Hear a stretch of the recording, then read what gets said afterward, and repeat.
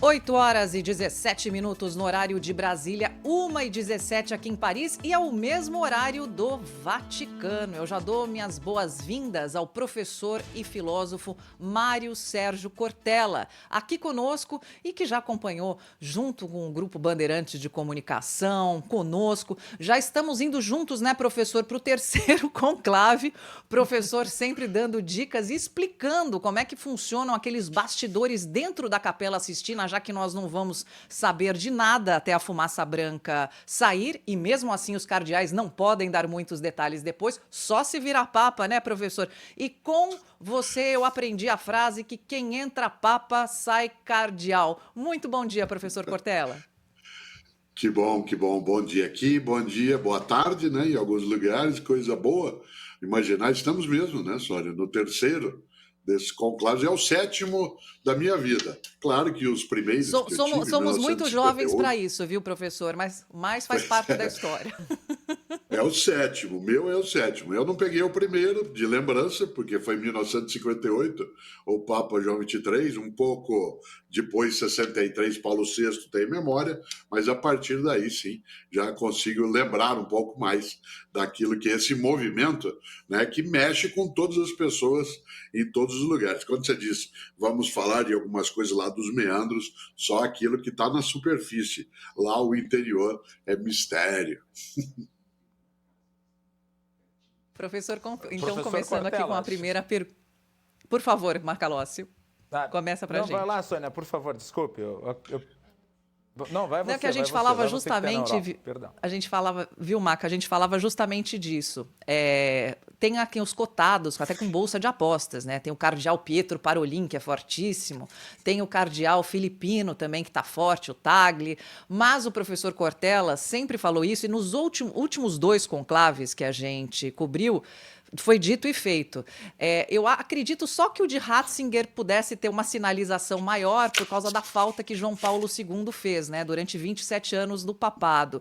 Então eu queria saber como é que funcionam esses rankings, professor, e por que quando ventilam o nome de um favorito a papa, logo esvaziam.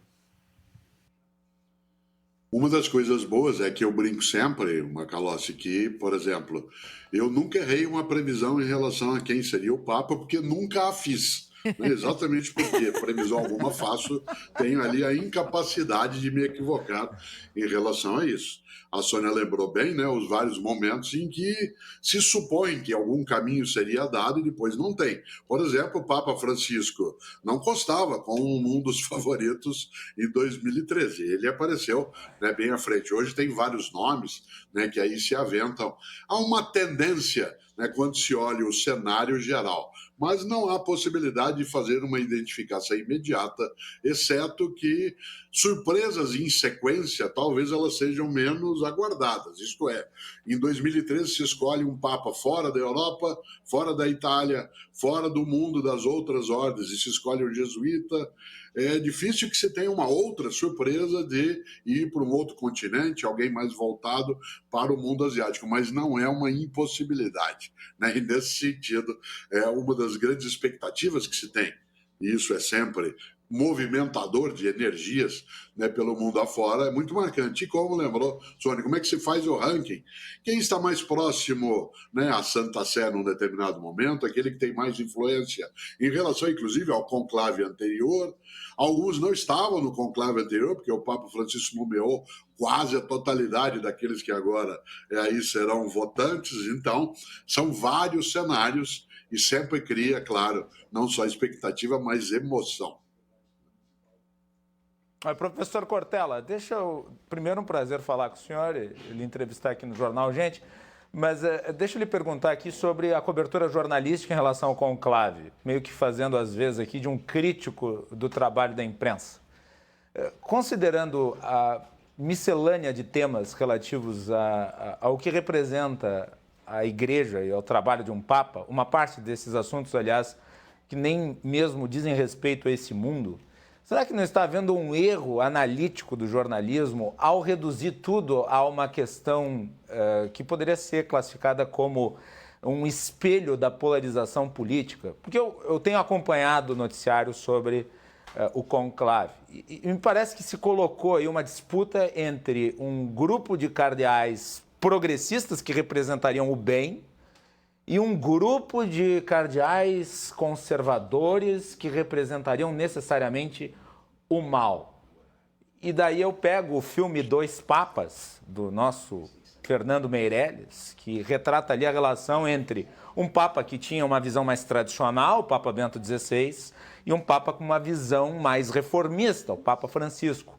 Duas pessoas que tinham talvez visões distintas, mas que acabaram se tornando grandes amigos. Aliás, o ato de renúncia de Bento XVI foi fundamental para, inclusive, a ascensão de Francisco. Como é que o senhor vê essa dicotomia da polarização sendo levada para dentro da igreja? Faz sentido para o senhor? Bastante, porque a gente tem a tendência, né, Macalossi, de fazer uma transferência de coisas que estão, em geral, no mundo da política, em várias regiões do planeta, e hoje é uma questão mais aguda, a transferência exatamente dessas tensões todas para um momento de escolha. O mais curioso nisso, e você lembra, a mídia, né, nessa reflexão, é algo que foi trazido à tona, eu gostei demais, de uma fala do cardeal arcebispo da cidade de São Paulo, Dom Odilo Pedro Scherer, quando, nesses dias, numa entrevista, disse: nós não estamos escolhendo o governante do mundo, né? Nós estamos escolhendo o dirigente da Igreja Católica, porque a sensação que se tem, movendo todas essas polaridades que você mencionava, é que a grande disputa é entre dois modos de ser no mundo.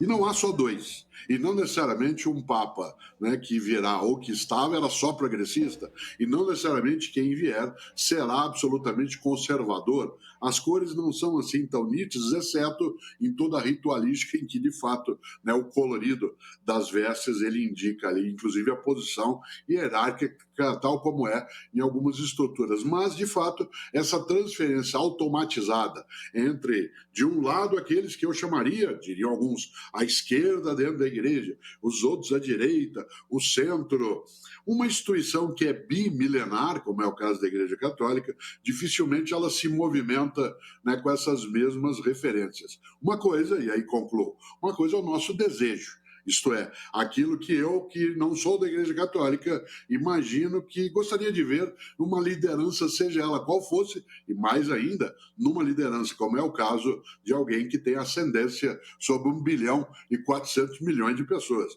Outra coisa é o modo como a realidade se coloca. Por isso, há uma projeção assim um pouco alargada, né, daquilo que seriam outros conflitos que acabam refletindo, de fato, dentro disso. Você tem razão. Então o senhor levanta a bola para mim Você acha agora, que ainda está professor? valendo aquela frase? Você acha que ainda está valendo aquela frase do Nelson Rodrigues, lá dos anos 60, de que hoje até os coroinhas estão contestando o Papa? Uma das coisas boas dentro de uma estrutura colegiada, isto é, em que há discussão, debate, e isso foi sim um dos legados fortes do Papa Francisco, foi ampliar a colegialidade, isto é, trazer parte das discussões para uma ampliação do foro em que isso se dava.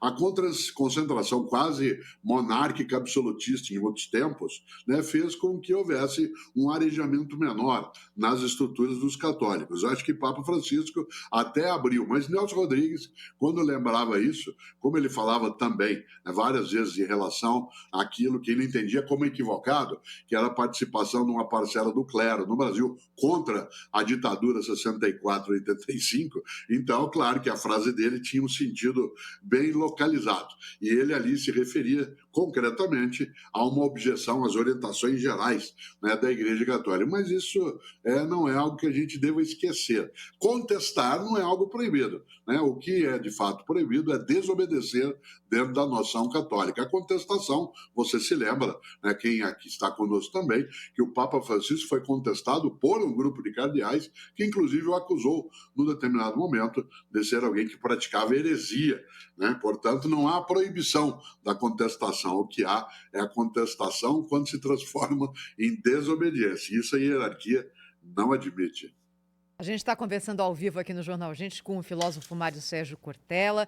E aí, professor, o senhor levantou a bola para que eu fizesse uma pergunta sobre a sua visão agora para o novo Papa? Não vou perguntar para o senhor quem o senhor acha que vai ser, não vou colocar. Já disse que nunca errou, porque nunca apostou, então não vai ser isso. Mas, enfim, falando não em nome, mas falando em perfil. Na sua visão, qual seria o perfil mais adequado para a Igreja Católica nesse momento?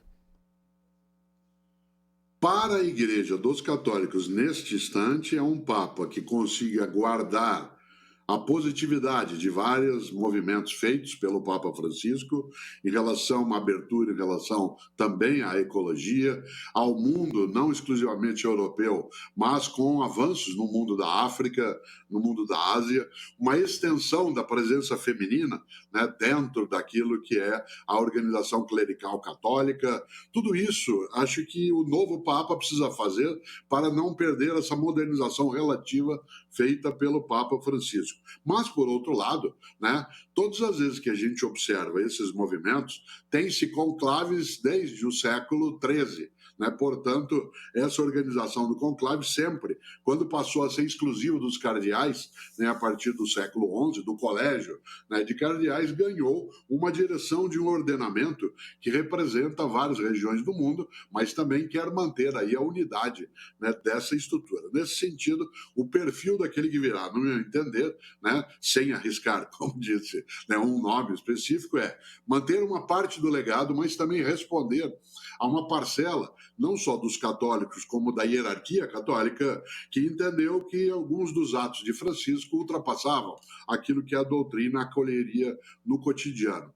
No entanto, não há uma nitidez muito grande nisso. Acho que este Papa que virá, se eleito alguém de fora, né, do mundo da Europa, será o segundo depois disso, né, nesse tempo, mas de fora da Europa, desculpe, de fora da Itália, né, já seria o terceiro, depois dessa sequência. O clero italiano e os cardeais italianos são a maioria no conclave, não são a maioria total, são a maioria de cardeais. Né? Isso significa que pode-se ter aí, no meu entender, sem dizer o nome, uma volta a um cardeal italiano, que tenha possibilidades de mesclar algumas das coisas trazidas por João Paulo II, que era uma presença doutrinária mais expressiva, uma sedimentação teológica de Bento XVI e essa abertura, né, para o mundo social trazida também, né, pelo Papa Francisco. Então, eu não acho que a gente terá assim grande surpresa, mas eu posso ser surpreendido,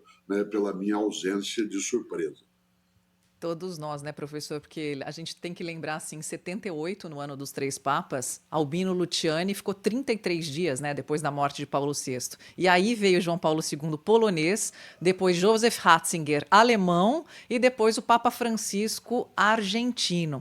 E nesse jogo de xadrez dos cardeais, né, não é à toa que no jogo de xadrez tem um bispo sempre, né, a gente nota que Francisco, apesar dessa proximidade popular, o sorriso, dessa coisa assim, desse fenômeno midiático dele, né, de ser simpático, um papa sul-americano que gosta de futebol, um administrador firme, que colocou dentro desses cardeais que são votantes, pelo menos 80% foi ele que nomeou. O que não quer dizer que será uma unanimidade no sentido de suas posições, porque esses cardeais não conversaram entre si. E o que eu estava, até a título de curiosidade, contando para vocês, a Capela Sistina, ela abre para os jornalistas nas vésperas, né, as vésperas do conclave, e aí eles querem mostrar que está tudo bonitinho, com uma lisura impressionante, mas na verdade a gente queria ser a mosquinha quando fecham as portas para acontecer o conclave, mas até hoje ninguém conseguiu grampear um conclave. Vai ser muito difícil, aliás, que bom, né? Que bom que funciona isso, porque de grampo a gente já está cheio aí nessa sociedade, a gente precisa mostrar a verdade, isso é o mais importante. Mas, professor, na questão do Francisco, nesse pontificado de 12 anos, cresceu muito o catolicismo romano na Ásia. Eu queria saber como é que o senhor vê isso, por quê? Por que esse crescimento na Ásia? Há uma expressividade maior do mundo católico, sim, hoje no mundo da Ásia e no mundo da África.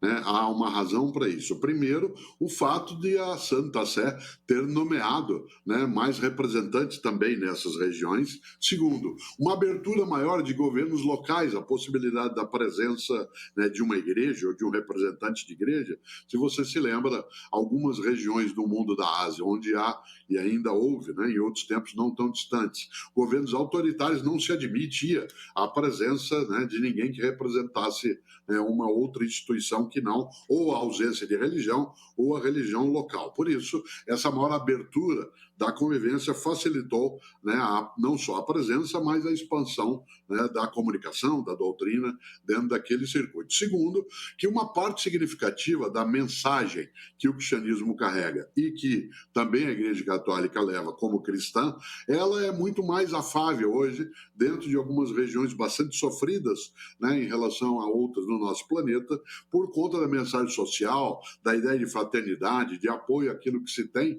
e porque ela aparece também, né, Sônia, como uma novidade no sentido de mensagem. E, portanto, ela tem uma atratividade maior. Nesse sentido, essa expansão, ela se dá não só pela abertura que o Papa Francisco fez ao internacionalizar mais, né, inclusive a nomeação, né, de cardeais de região onde não havia, como também por outras, né, das formas de comunicação.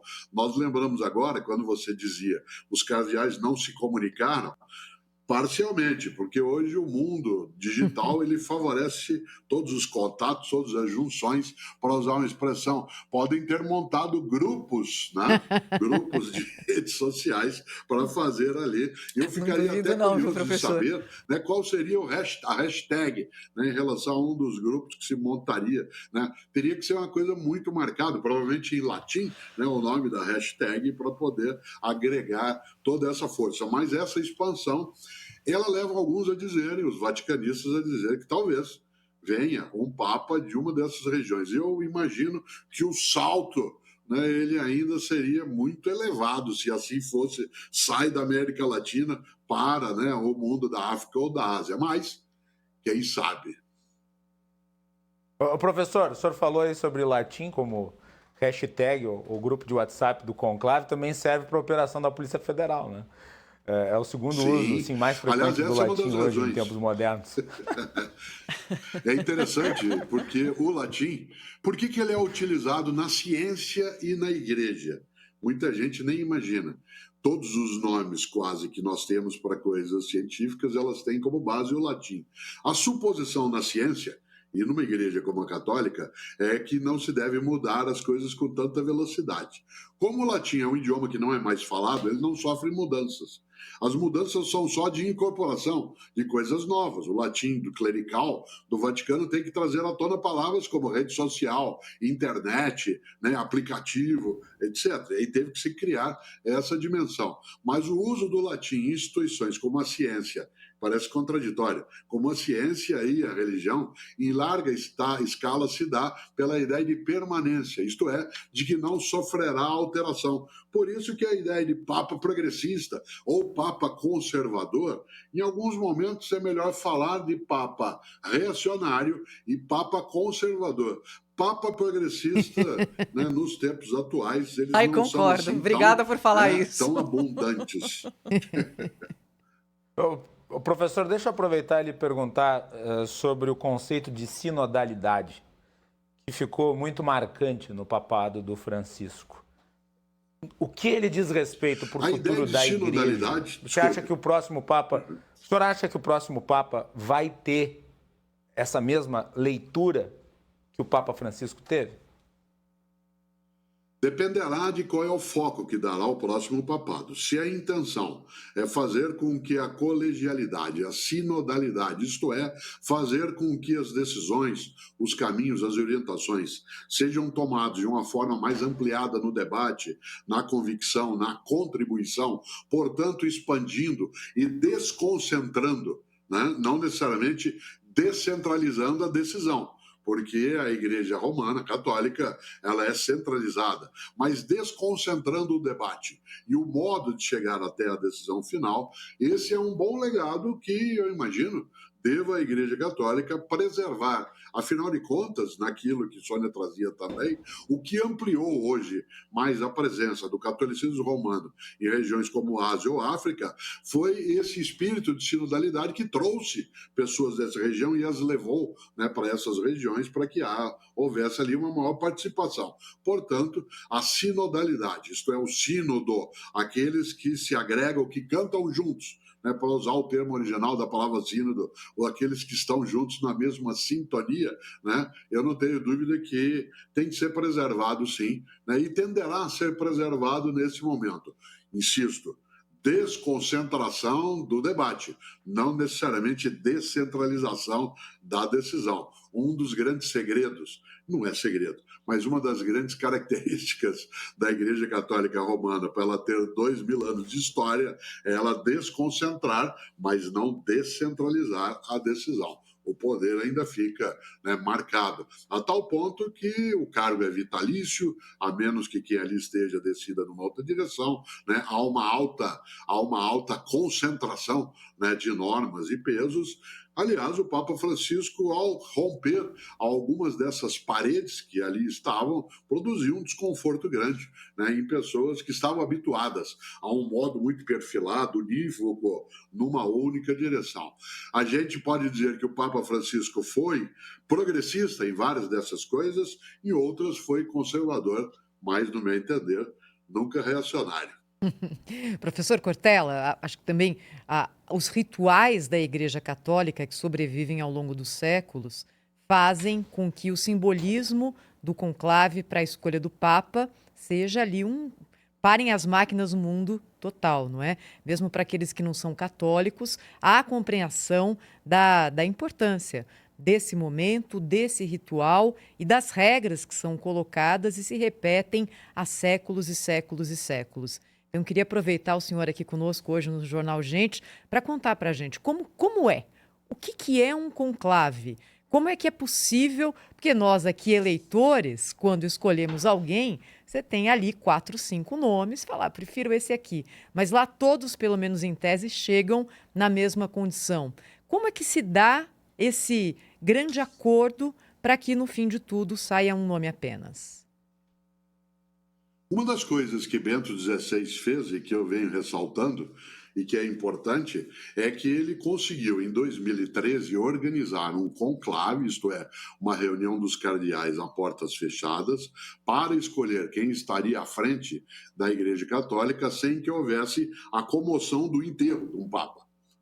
Porque todas as vezes que há um enterro, isto é, todas as vezes, eu vou usar uma palavra forte, mas é verdadeira, todas as vezes que se faz um conclave sob a sombra de um cadáver, né, isto é, de um líder que faleceu, isso tem toda uma série de movimentos que levam a se tocar mais. A eleição de Bento XVI em 2005 ela foi mais facilitada, no meu entender, até pela existência da agonia de João Paulo II e o tanto que a imagem do caixão lá no meio da praça, aquele vento que batia, aquilo faz, não, vamos seguir desse modo. Quando Bento XVI renuncia, ele permite que houvesse ali uma eleição, permite como pela condição da renúncia, sem o trauma de um falecimento. Por que eu estou te dizendo isso? Uma coisa é um conclave sob a sombra de um funeral. Outra coisa é um conclave que é organizado com tempo, com estrutura, né? Isto é, quando Bento XVI renuncia, ele diz, eu farei no final de fevereiro. Ele renuncia na metade do mês de fevereiro, dá para todos virem. Se diz, e isso conosco? Muito, porque um conclave, embora a portas fechadas, ele tem reuniões que antecedem, como estão acontecendo e acontecerão até o dia 7, há decisões que são tomadas, há influências que chegam até os debates. Depois, quando se tranca a porta e ali se toma a decisão, acho que a tendência nesse conclave talvez não seja ser tão veloz. É um risco dizer, tão veloz como foi, né, o conclave que elegeu Francisco ou Bento XVI, que foram conclaves mais rápidos de 2 dias. Talvez haja agora um movimento, dada a possibilidade de ter de lidar com alguns embates, né, que já trouxemos aqui, que ele tem uma extensão não necessariamente tão curta, mas depende muito do quanto se conversou antes. Muito difícil, Sônia, que se faça a conversa só ali na hora, porque embora eles fiquem fechados, eles chegam juntos e vão embora juntos. Né? E aquela rua Borgo Pio está fervendo, viu, professor? Sabe aquela ruazinha perto do Vaticano, Olha, tá. a Borgo Pio, que o senhor conhece? Aqueles cafés Sim. lá, nossa, parece o cafezinho lá da Câmara e do Senado em Brasília. Com algumas coisas que ajudam, né, a imaginar quais são os elementos e os alimentos que consomem quando se toma ali o café italiano, que normalmente quando expresso é bem curtinho, né, para nós que somos brasileiros. Curtinho e forte. Mas a conversa no café, né, a conversa que antecede a eleição, ela marca muito o rumo que terá. E também, em alguns momentos dos conclaves, do que já se teve de relato, obviamente posterior, quando há algum impacto. Por exemplo, uma das coisas que impactou em 2005 foi a fala do próprio cardeal Bergoglio no conclave. Isso foi relatado por um outro cardeal, em 2005, o que o levou a ser bem votado já em 2005, quando da eleição depois do Bento XVI. Né? Quando, em 2013, não se falava do nome dele do lado de fora, né, como um dos papabile, pelo lado interno, sim, a tal ponto que ele foi eleito no segundo dia. Né? Esta sistemática de organização do conclave faz com que o fato de no primeiro dia você tenha uma votação em que se faz o que ali, normalmente você lembrava antes da possibilidade de 4 votações no dia, mas a tradição é que no primeiro tenha uma em que você já faz, digamos, a aferição. Você afere a temperatura, o movimento das coisas, quem é que terá mais votos, onde há uma inclinação, e é claro que o período da noite, quando se volta, né, para o local de abrigo, as conversas nos meios de transporte depois, na hora das refeições, é que vai também favorecer. Eu vou usar uma palavra, eu não quero que ela tenha um sentido negativo, todo mundo sabe, a palavra conclave, a palavra conchavo, tem a mesma origem. Elas não necessariamente significam, né, uma coisa que é feia de ser feita, mas é aquilo que é feito entre as paredes, o conchavo ali como uma conversa. Afinal, é a eleição de alguém que vai dirigir aqueles que vão eleger. É a eleição do chefe daqueles que serão chefiados por alguém. Né? Não é meu chefe, não é teu chefe, não é nosso chefe no sentido expresso. Portanto, se organiza de modo bem, né, estruturado. Afinal, cargo vitalício precisa tomar um cuidado bastante forte. Né? Professor Mário Sérgio Cortella, filósofo, aqui conosco no Jornal Gente. Semana que vem estaremos lá. Grupo Bandeirantes de Comunicação com uma grande cobertura e a gente conta com o senhor sempre. Um grande abraço e muito obrigada pela entrevista. Obrigado, abraço. Obrigada, professor. Um abraço, participando professor. aqui ao vivo do Jornal Gente, que volta rapidinho aqui com mais informação para você.